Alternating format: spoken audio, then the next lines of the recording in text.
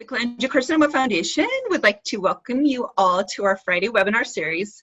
We'll continue to host educational and supportive webinars on the second and fourth Fridays of the month. We're also going to provide online support groups for both patients and caregivers, and those will be hosted on the first and third Fridays of the month. So please watch your email and your social media for registration links, and we'll be getting an agenda up on the website really soon for to be able to check for registration as well. So the first thing I want to do is just a little housekeeping. We will have a few live polls today and look forward to your participation. We also are going to send out a survey after this session, so if you can reply with your feedback and ideas for future sessions, we would greatly appreciate it. And also this session will be recorded for viewing by those who can't attend the live session, and it'll be posted on our website. And so I don't know if there's a whole lot of housekeeping I can do. You all will be on mute. We're going to be going through some of the submitted questions that we had from you all earlier. And if you have any other questions that come up while we're talking, please feel free to either stick them in the chat box at the bottom. And that way we can, if we have time, we'll get to them later. And if not, we'll have Dr. Giles take a look at them and we can get back to you with some answers.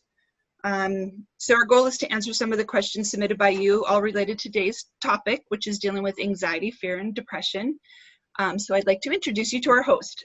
Dr.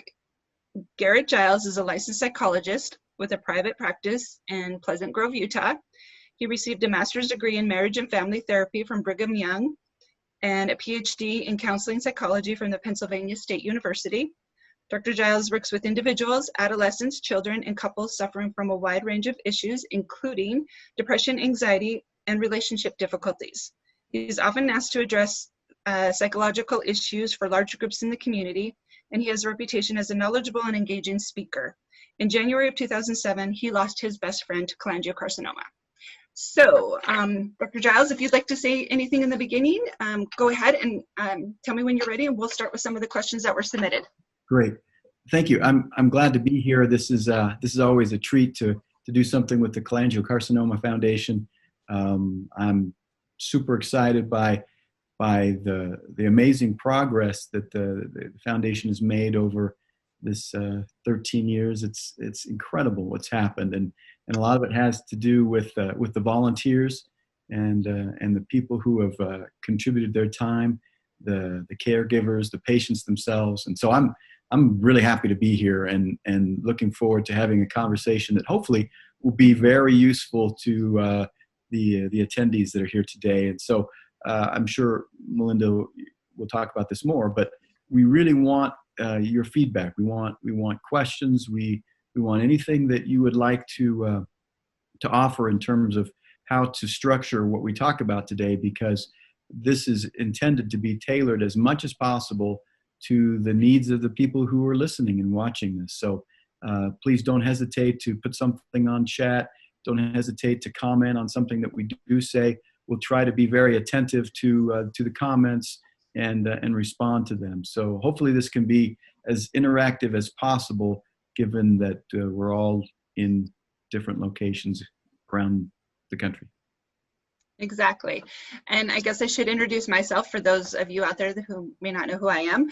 I'm Melinda Bikini. I am the advocacy coordinator with the Cholangiocarcinoma Foundation, and I'm also a 10-year survivor of cholangiocarcinoma. So in the last 10 years, I've dealt with plenty of anxiety, some depression, and fear. So I'm going to put myself out there and be vulnerable today and transparent and talk about all the issues I've had as well. So I think we'll get started.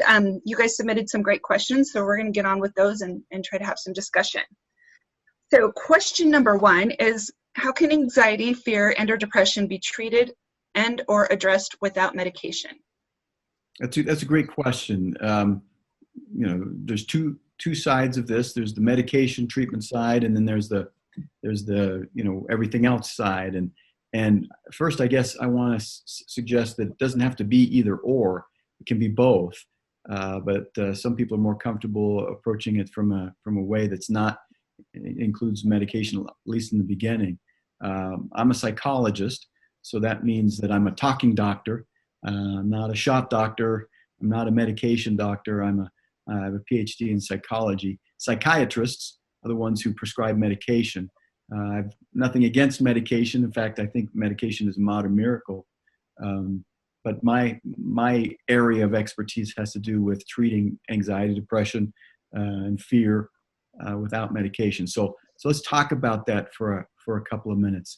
There's a couple of concepts that would be very important to factor into the understanding of how this goes, because that will help us understand what you do, because there's no possible way to anticipate and to address every situation of anxiety or depression. But hopefully, one of the things we can do over the course of the time we're together today is talk about some basic concepts and principles that can be applied to the various situations that people find themselves. So I think the first thing I'd want to put out there, maybe the most important piece of information for this whole webinar, as far as I'm concerned, is the idea that there's a very important connection between what we think and how we feel and what we do. Our thoughts affect our emotions, and our emotions affect our actions. Now, lots of times in my private practice, when people come to see me, they're concerned about that middle category. They're concerned about the emotions they're having. They're more angry than they want to be. They're afraid a lot of the time. They feel down much more than they would like to. And so I tell them, to understand that middle category of their emotions, you have to understand the thoughts that precede them. And so if we want to adjust the emotions we're having, we have to identify and address the thoughts we're having, which create the emotions. So that's a very, very important piece of this. So when we're talking about treating anxiety and depression without medication, we're talking about addressing the thinking that we do that creates the emotions that we have. And that includes just 3 basic steps. It's very simple. It's not easy. Easy and simple are not the same thing, but it's simple. It's only 3 steps. One is we have to recognize the thinking that we're doing that's creating the emotions we don't want to have. 2, we want to interrupt that thinking. And then 3, we want to replace the old thinking with new thinking. So replace the distorted thinking with more accurate thinking. So that is in a nutshell is what treatment of depression is like with psychology. That's what we do. Now, like I said, it's not that many steps, but it's more difficult than that. But that's how we start, and I'm sure we're going to be referring to that as we go along. And some of the questions that you may have will fit nicely into a further conversation, I think, about how to deal with our thoughts in a way that reduces our anxiety and depression. I like that. I like that a lot. I know that as I was dealing with all different stages in the last 10 years of diagnosis, treatment, just all of it. There were days where I allowed myself to, to really be down in the dumps and have those thoughts, but I always told myself, I can't stay there. You give yourself a little bit of time, but then you have to get out of it. And I think changing your thoughts, that makes perfect sense. I like that a lot. Okay, next question. Melinda, can we jump in here really quick and do our first poll question? Absolutely. Here we go. All right, so question number 1 on our poll. Have you experienced anxiety, depression after your or your loved one's diagnosis?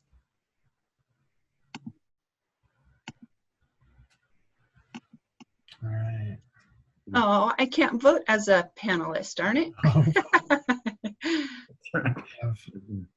About 70% of everybody's voted. We're going to leave it up for another 5 seconds.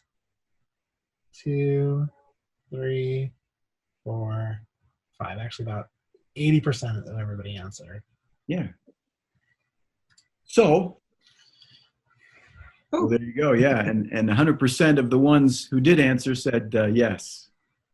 Depression. So if we were having that conversation with all the attendees together, or maybe individually, I'd be saying, okay, so the depressed mood came from somewhere, and I'm going to say, and people may say, well, yeah, it came from the bad news. And I said, well, it came from how we thought about the bad news. And so there are natural reactions to bad news. We can be fearful, we can be discouraged, we can be confused. Those are all very common and very typical reactions to bad news. But there's more to the reaction than that. See, for example, I would say to you, Melinda, I'd say for you, Melinda, that if you talked about having some down days, and then you talked about then you had a different day the next day. Well, to me, what that sounds like is you changed your thinking. Either you changed what you were focused on, or you were changing just the ongoing self-talk that we all have in our heads, but you made an adjustment, and that put you on a different emotional path as a result. Can you think of the contrast between a bad day and a better day in terms of where your mind was, where your focus was? Oh, I mean, absolutely. I think there's a lot of different examples. I know that when I focus on, I think I can always find something positive in every aspect, even when, you get bad news. And so if I tend to focus on the positive things, it changes my whole attitude and my perspective and brings me out of it. And then also on what I can and can't control. And so when I put it into that perspective, I think it helps to deal with, what you have the ability to control. And I couldn't change my diagnosis. So, I had to make a conscious choice to choose what I could change, the things that I could make a difference with. Right. And I would guess that some days that was more apparent than others in terms of what you could change and what felt unchangeable. And that's part of what kind of gets us stuck sometimes. We call those cognitive distortions. And there's a bunch of them out there. An example is what we call all or nothing thinking, where we kind of put things into two broad categories, either all or nothing, complete and absolute success or total and miserable failure. And there's nothing in between. For example, if you were a student and you had all or nothing thinking and you were approaching a test, for you, the only acceptable outcome is 100%. That's the only acceptable outcome. It's either all or nothing. Anything short of 100% is bad, is a failure. So a 92 on a test may as well be a 42 on the test because it's not 100. Now, as you can imagine, there's some problems with that if we set things up in all or nothing ways.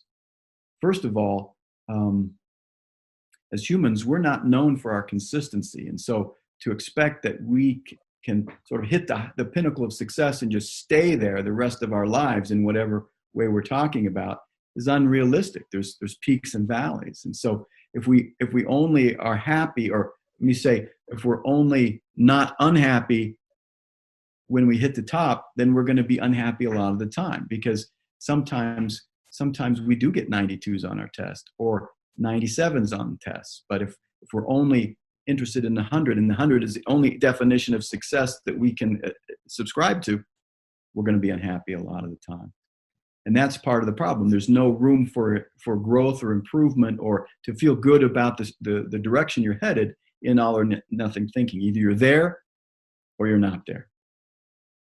Plus, even if you do get 100 on the test, the best you can hope for in terms of an emotional response is to be relieved. We avoided failure because the best possible score you can get is also the minimum expectation in our minds.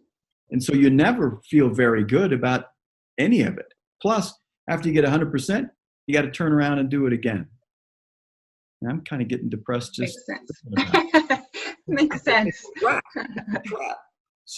So with my clients, we're looking for those. We're watching for the ways that we think that set us up that sort of prevent us from being able to be happy, because the way our thinking doesn't allow us to categorize some of the things we're doing as successes. See, for you, so you say, I had to think about what I could control.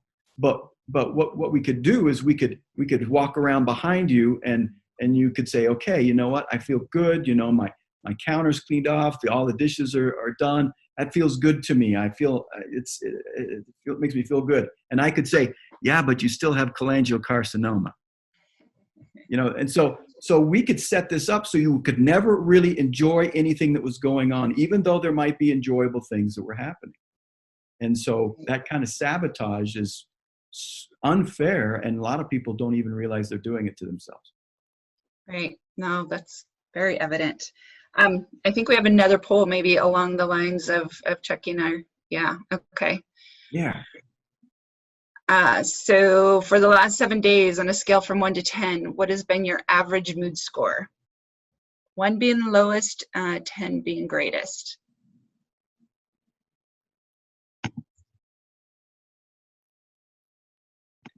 And while they're filling this out, I think it's good. I think it's important to measure mood in an ongoing way to kind of see what's happening.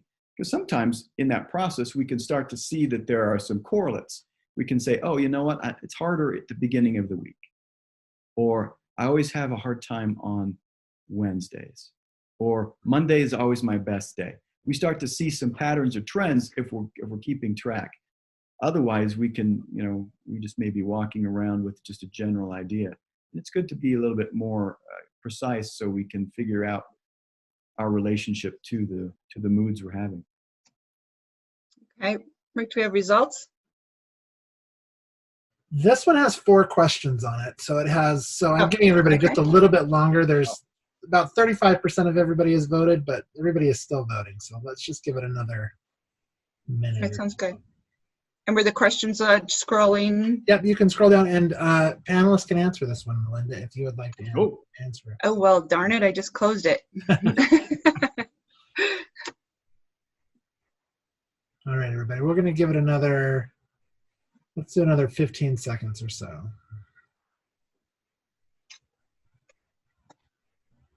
10 seconds. 5, 4, 3, 2, 1. All right.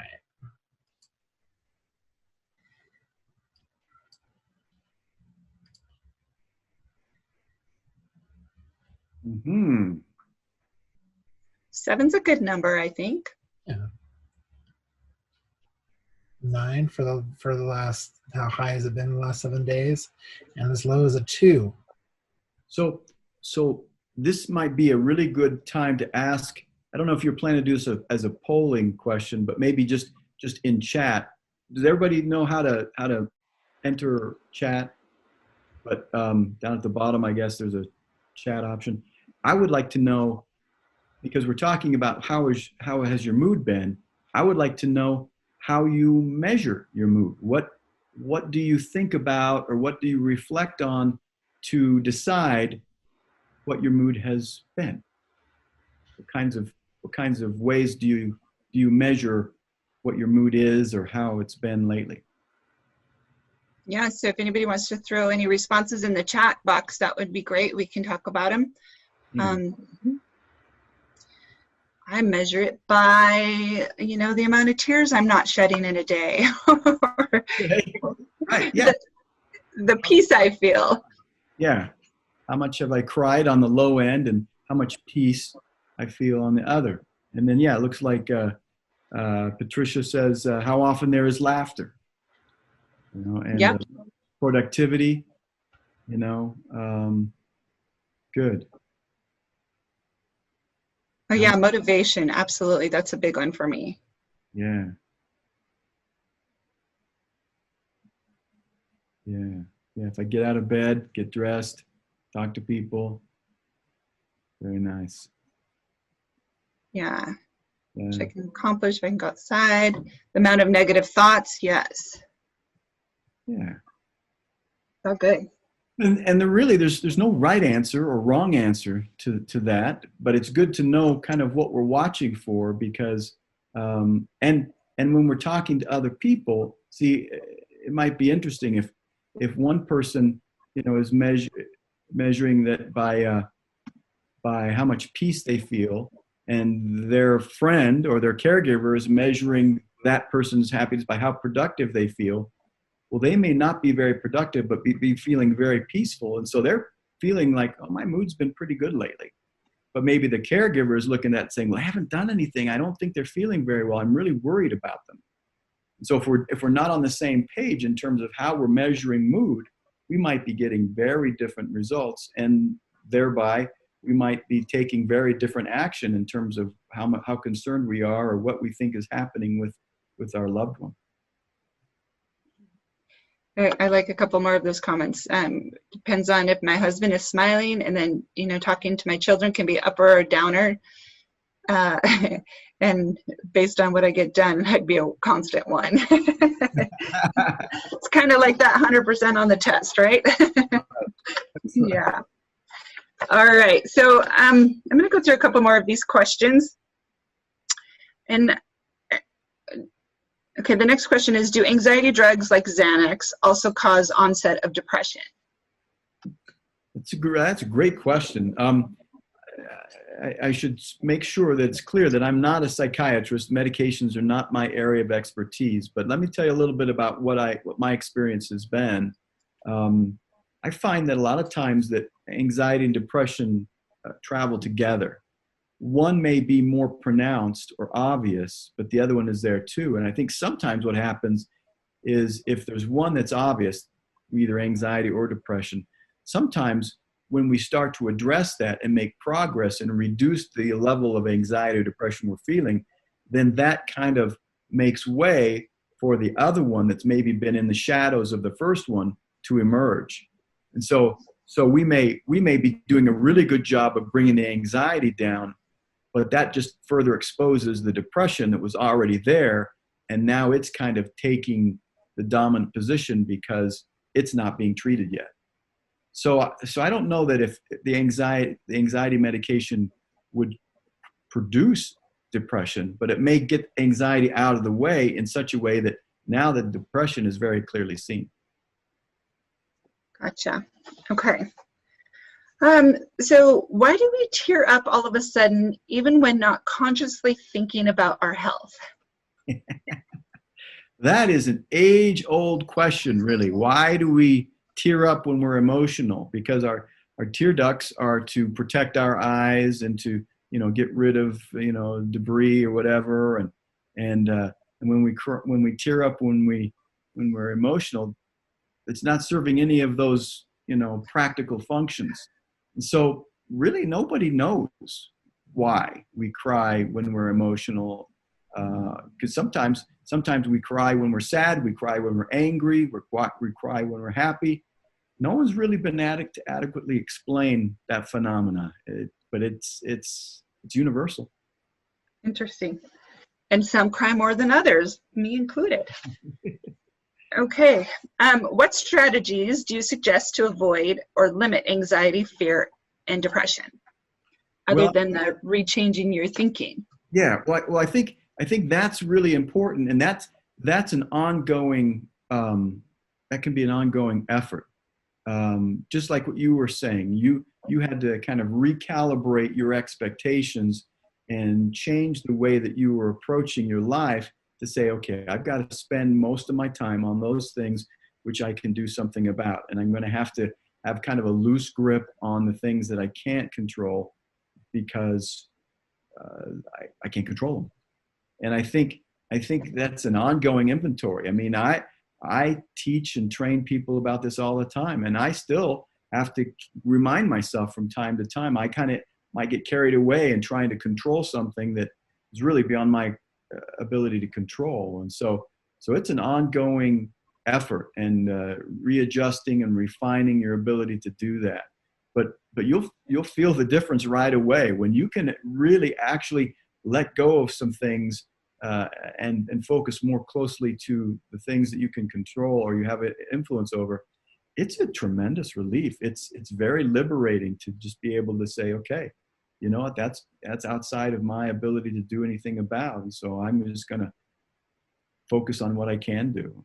So I think that would be the number one thing. And I'm so glad, Melinda, that you had discovered that, sounds like early in this process, that I just need to simplify what I expect of myself and make sure I'm focusing and expending my efforts primarily on the things that I can control and do something about.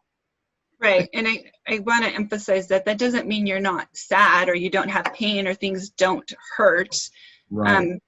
But it's, I think, focusing on where to expend your energy, because I can feel pain at the same time that I can realize and focus on the good in whatever situation too. I mean, it doesn't take the sadness away, right? Am I wrong in that? And this seems like a good place to talk a little bit about that if the expectation is that somehow after we've received or our loved one has received a very, very serious diagnosis and the road ahead is going to be arduous, to expect that somehow we can manage that and not have any kind of fear or any kind of distress, that's impossible. I don't think you can do that. There are going to be some hard days. And when there are hard days, that doesn't mean you're doing it wrong. That just means it's a hard day and you're managing your situation about as well as it can be, but there's still going to be some hard days. And so what we're trying to do here is we're trying to eliminate any unnecessary layers of distress that don't need to be there.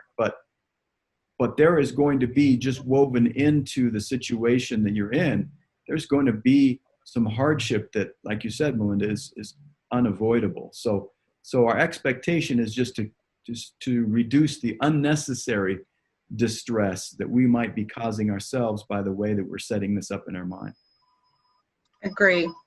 Okay, so along that line, I think we have a poll on how people, or we're asking them how they handle their anxiety and fear. Correct, Rick? All right. Ooh. So in what ways did you deal with anxiety or depression? Multiple choice. Can we do more than one?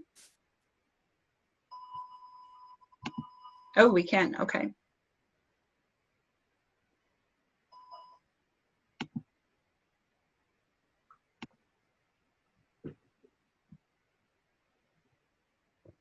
I voted. Yeah, this one's just about done. We'll give it another 10 seconds or so.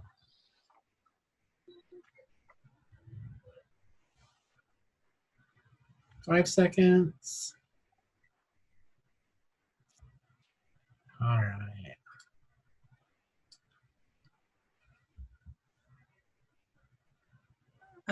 Mostly exercise, but a little bit of everything else. I wish we could have wrote in the others. Yeah. In fact, if you care to do so, attendees, you care to do so, put your others in chat. What other things have you done? Yeah, that would be great. Throw them in the chat box. And I think the most successful programs for dealing with depression and anxiety have multiple facets. And so there isn't just one silver bullet, but there's good practices which can help and contribute in a number of different ways. Yeah, I like these, whether it's support of the friends, prayer. Notice a lot of the things that are being said are kind of the social network, appealing to friends, support groups. There are some great resources that have developed over time. When I started as a psychologist 25 years ago, there were groups here and there, but not to the degree as they are now. And I think that's amazing and wonderful.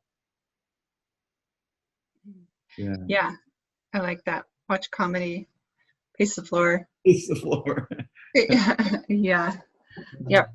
Prayer was a big one for me too. I did a lot of that and still continue to do so. Okay, this next question is a big one, so I'm going to try to just read through it here. So the topic of using meds for depression and anxiety has come up occasionally on the discussion board. We've heard from some cancer patients who found being treated with medication for depression and anxiety to be a lifesaver. Sometimes they seem to feel almost ashamed to admit they had decided to try psychiatric medication as part of their palliative treatment. I guess there's still a perceived stigma in this. There were reports of appetite-boosting effects for antidepressants that are part of the reason they might be offered to patients. And caregivers also reported being helped with anxiety and depression through medication. There was one poignant case from a few years back reported by a mother who was a caregiver to a 26-year-old with advanced stage cholangiocarcinoma, and who reported how she felt guilty about taking antidepressant despite feeling she benefited.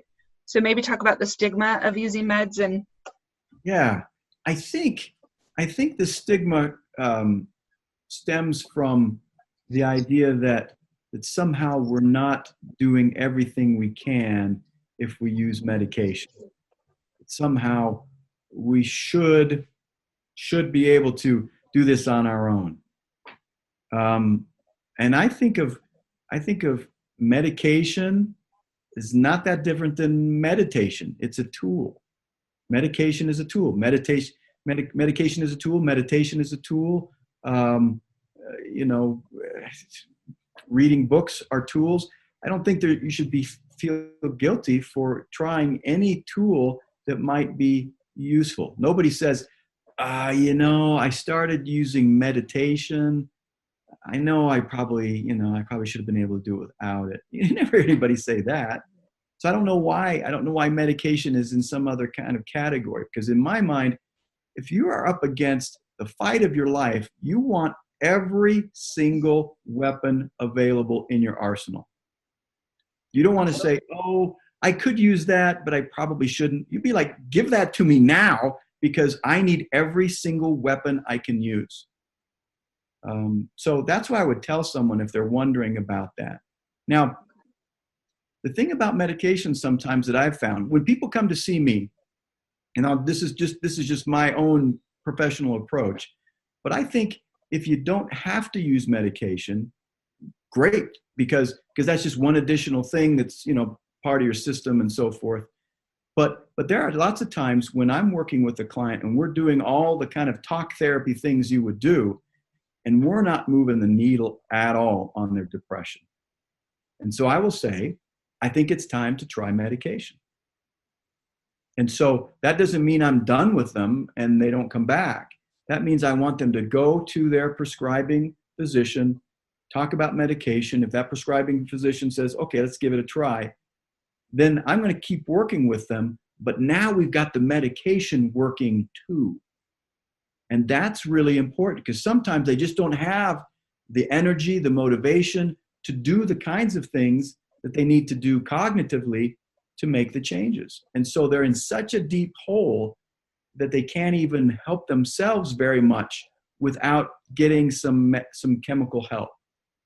And so I think, yeah, why wouldn't want you to do that? And some people worry it's going to change their personality or it's going to make them addicted or something. And those are all things that are not really part of the medication as it pertains to antidepressant medication and most of the anti-anxiety medication. What I tell clients is it's kind of like your mind, your brain is like this big field of like totally dry grass. I mean, there's brown, dry grass. And so there's this field, and when we have situations where we have some depression or some anxiety, it's like a little spark of depression lands in that field, boom, and just sets it off in this huge bonfire. But what medication does is medication is like a gentle rain over that field. It dampens the grass. It makes it so if there's a little spark that drops in, it doesn't take off. It doesn't go anywhere. The triggers that sometimes would make us anxious or depressed don't have the same effect when we're on, the right medication, the appropriate medication. So to me, it's a modern miracle, and it's helped so many of my clients when nothing else has helped. And then we use that, like I said, the medication becomes a tool in the toolbox, a weapon in the arsenal, combined with a whole bunch of other things too. That's wonderful. It's a great explanation. I like that a lot. Okay, so you just touched on the next question. Risk for misuse or non-medication approaches may be better for some patients and other caregivers, but I think you covered that. Yeah, it's kind of a list of priorities, and I always want to start with the least invasive intervention we can. And if that works, awesome. It's the least invasive one. But sometimes we have to become more invasive. And I think medication is somewhat invasive, but it's but it's not horrible, and it's very useful. But like I said, I start with the non-invasive ones first. Okay. So are there coping strategies for when at home or in the hospital to help with anxiety, fear, and depression? For example, breathing exercises, which I know I do that a lot for my anxiety. I have to take some deep breaths and let them out. And I'm sure Rick sees me on conference calls at work all the time doing my deep breathing, but that works for me. So I don't know about others. Yeah, well, I think that's usually the first thing that goes with anxiety, with worry, with fear. The first thing that goes is your breathing, and usually there's and part of the reason your breathing goes is because you get muscle constriction, and so your shoulders tense up, or your chest, or it depends. Some people their abdomen tightens up, or the muscles in their head, so they get headaches, and so those are the things that can go first. And so part of what we do is we try to practice self-awareness to understand how our state has changed now with this worry or this fear. And like I said, different people do it different, react different ways. But breathing is good, to sort of focus on even, deep breaths. That has a way of kind of relaxing and setting a rhythm for yourself. For some people, it takes kind of a break in the action. They need to stand up, step away, get a drink of water, kind of just sort of break the fear trance that they're in. Sometimes with some training, people can be good at bringing down their heart rate, because that's another thing that goes up. Essentially, what happens in anxiety is your brain has identified the condition, the situation that you're in, as a threat. And it is a threat at the basic level, at the sort of the primitive level of self-preservation. And so what happens is your brain says, oh, this is a threat. And so then it cranks up the sympathetic, system where now you're ready to fight or to flee. And so they drop some adrenaline into your system, your heart rate increases, your respiratory rate increases. So you're ready to fight or flee, even though it's not that kind of an enemy. And so that's part of what we're trying to do, is we're trying to say, okay, my brain has just kicked in my fight and flight reflex. So I need to breathe. I need to maybe sort of, concentrate on the muscles in my chest and my shoulders, and try to just kind of relax a little bit. I think first and foremost is to say, okay, my anxiety is at work right now. I'm not having a stroke. I'm not having a heart attack. My anxiety is kicking in. And so I need to slow down, focus in, relax, and see if I can get through this next couple of minutes and get back to my regular levels. Yeah, I've found for me, it's just automatic. Like, it's become habit now. I do this without even thinking. So I think it's awesome. I think it's great. Okay, so let's see. So what can we look for to distinguish different levels of depression and anxiety? For example, transient versus more concerning, what kind of help might be sought at different levels, and when therapy versus medication versus emergency help might need to be sought out.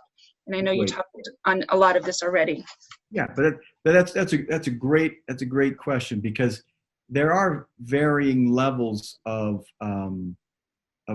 mood disruption, and I think there's some other questions that I saw that had to do with how do I distinguish between grieving and depression, for example. And again, I don't think the natural state that we're intended to be in is in bliss all the time. I don't think that's the deal. I think the terms of our mortality are that there's work. In fact, our bodies are set up to respond positively to work. When we run into resistance, our muscles break down and rebuild so they're stronger the next time. And there's evidence that our brain is the same way. When we're faced with problems or questions we need to figure out with our brain actually becomes stronger and adapts and becomes better at problem solving because of that, because of the resistance and the challenge to us. So to expect that we're just going to kind of glide along and never have any problems or never have to climb any hills, or never have to descend in any valleys, literally or figuratively, is just unrealistic. So there's going to be times when things are hard. Our dog dies, we didn't get the promotion. There's going to be disappointments, but those kinds of things, for the most part, we can recover from with time, and we can point to a certain thing and say, "Oh, okay, I'm sad, or I'm discouraged because this has happened."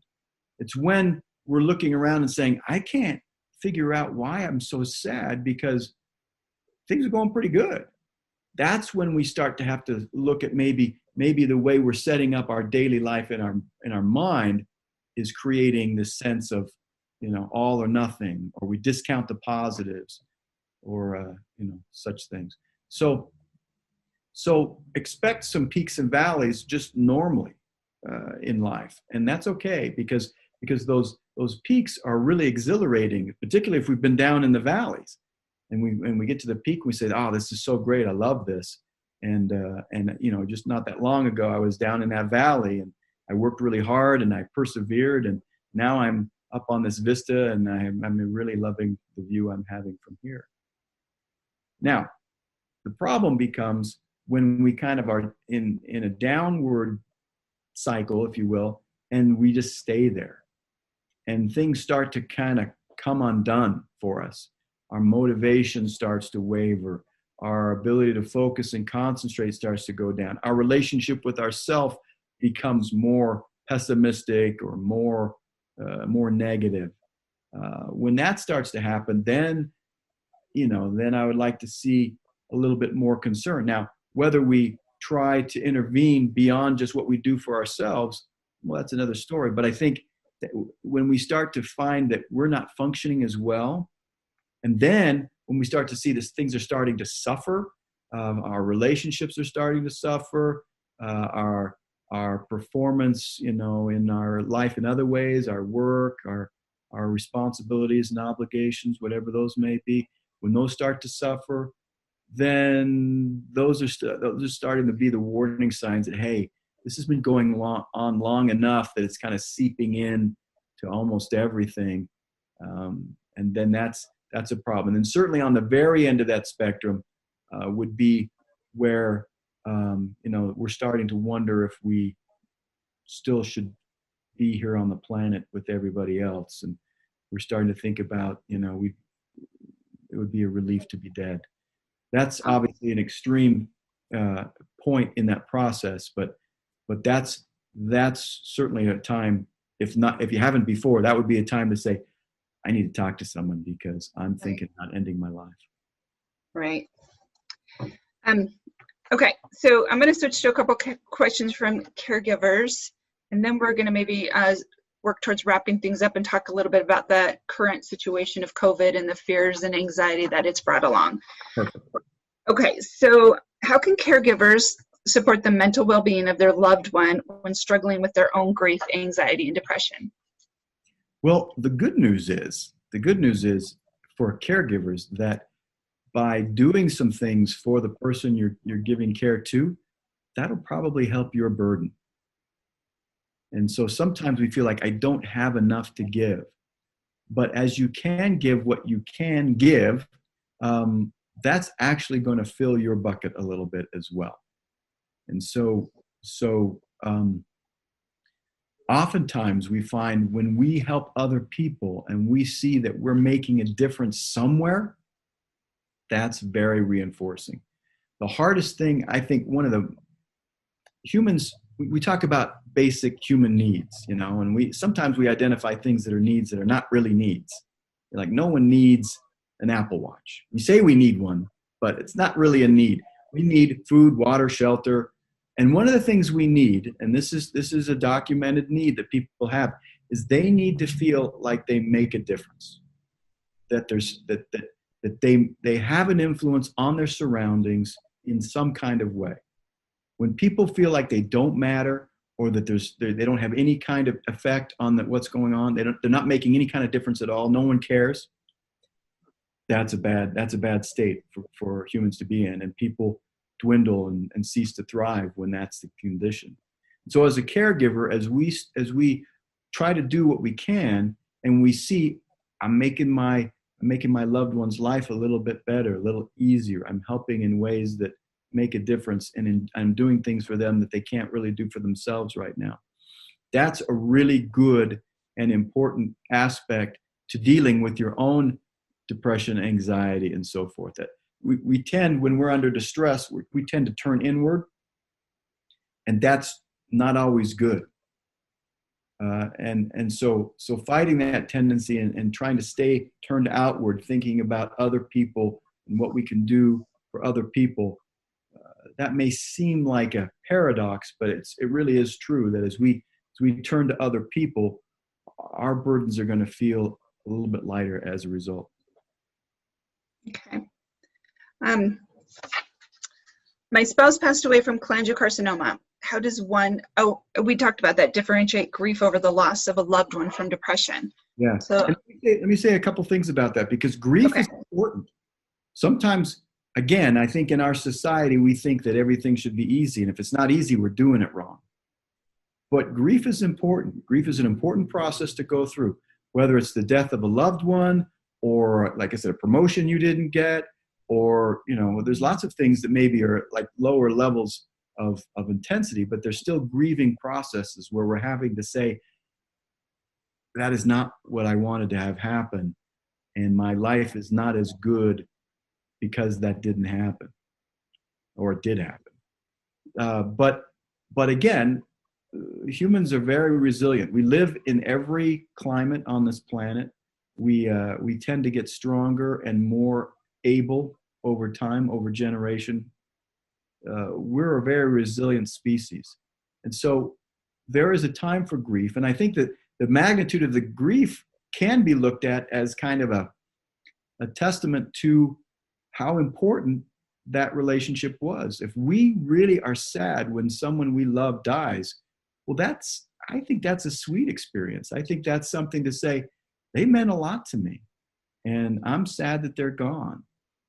And my relationship that I had with them and the memories that there were can be potentially a great comfort to me. But I'm going to be sad for a while, because every time it's Tuesday afternoon and I was going to meet them for lunch, I'm not doing that anymore. Every time I see, a car that's like their car drive by, and I realize they're not driving anywhere anymore, that's going to be hard. And so I think we need to give ourselves room to grieve. I think we need to honor that grieving process.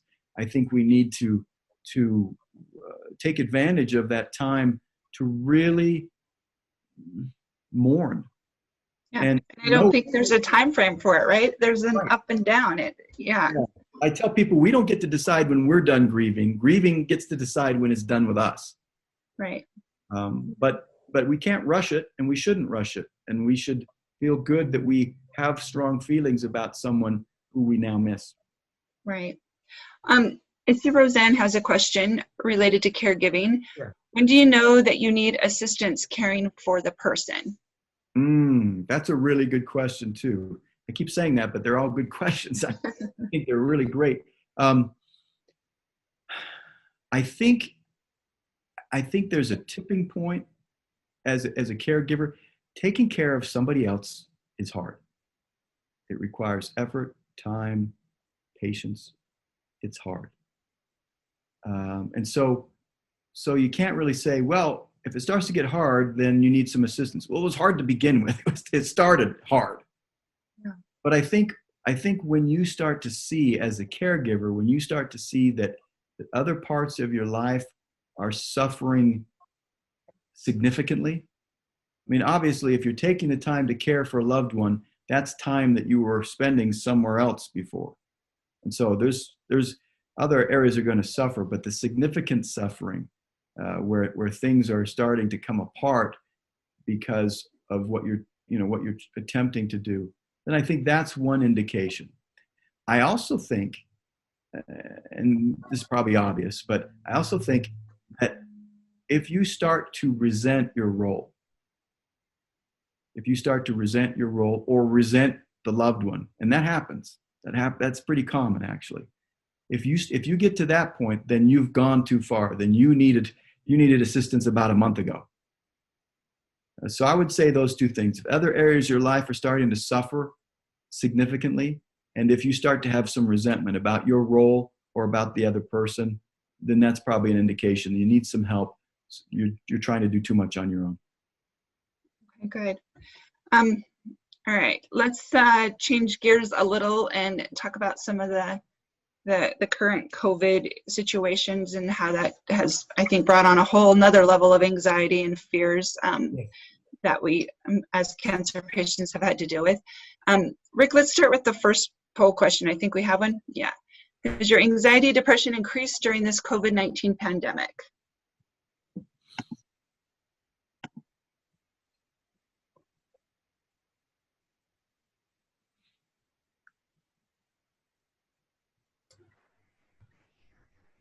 And if it hasn't, I want to know why. Let's give about 5 more seconds.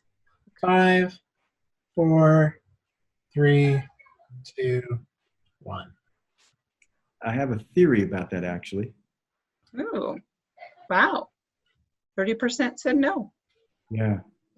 Unsure. You want to hear? I do want to hear your theory. So I see lots of different kinds of clients in my private practice, including people with high anxiety and high depression. And about a month ago, I was talking to one of my clients who was quite anxious, who has a history of high anxiety. He was talking to me about how well he's been doing with his anxiety these days. And then as he was talking, I realized that my last 3 or 4 conversations with other of my highly anxious clients, they said the same thing, that they were doing pretty well. And I thought, that's so interesting. And here's my theory. I think people who have chronic anxiety and their relationship to their surroundings is pretty anxious, what that usually means is they're thinking about all the potential things that might happen. And their mind is thinking in several different directions at the same time. And they're worrying about all those things at the same time. And that's a real energy drain, and that brings their mood down. But now in the age of COVID, there's an actual concrete, specific challenge. In fact, I asked one of my clients about that. I said, how come you're doing so well? He said, well, because I know what I'm dealing with now. Before I was worried about what I might have to deal with. And now it's real. Now it's arrived. Now it's right here in front of me. And he says, and so all of my worrying is gone. Now I'm just trying to figure out what to do. And I thought, wow, isn't that interesting? Because I do think a lot of people's anxiety are about what might happen. And you'll find a lot of times, whether it's public speaking or other sort of anxiety-provoking thing, at the moment that person may have this anxiety that climbs and climbs and climbs as they're anticipating having to speak in public. But at the point that they have to stand up and speak, their anxiety goes down. It's like when the thing actually starts to happen, the anxiety leaves. It's all the anticipation in advance. So I'm not surprised that a lot of people are saying, I haven't really had that much anxiety, because the fears are now real and concrete. And now they're in the category that you mentioned earlier, Melinda, about now I can do something about it, rather than just sort of worrying that this thing's going to swoop in at some point and we're going to be unaware. Yeah.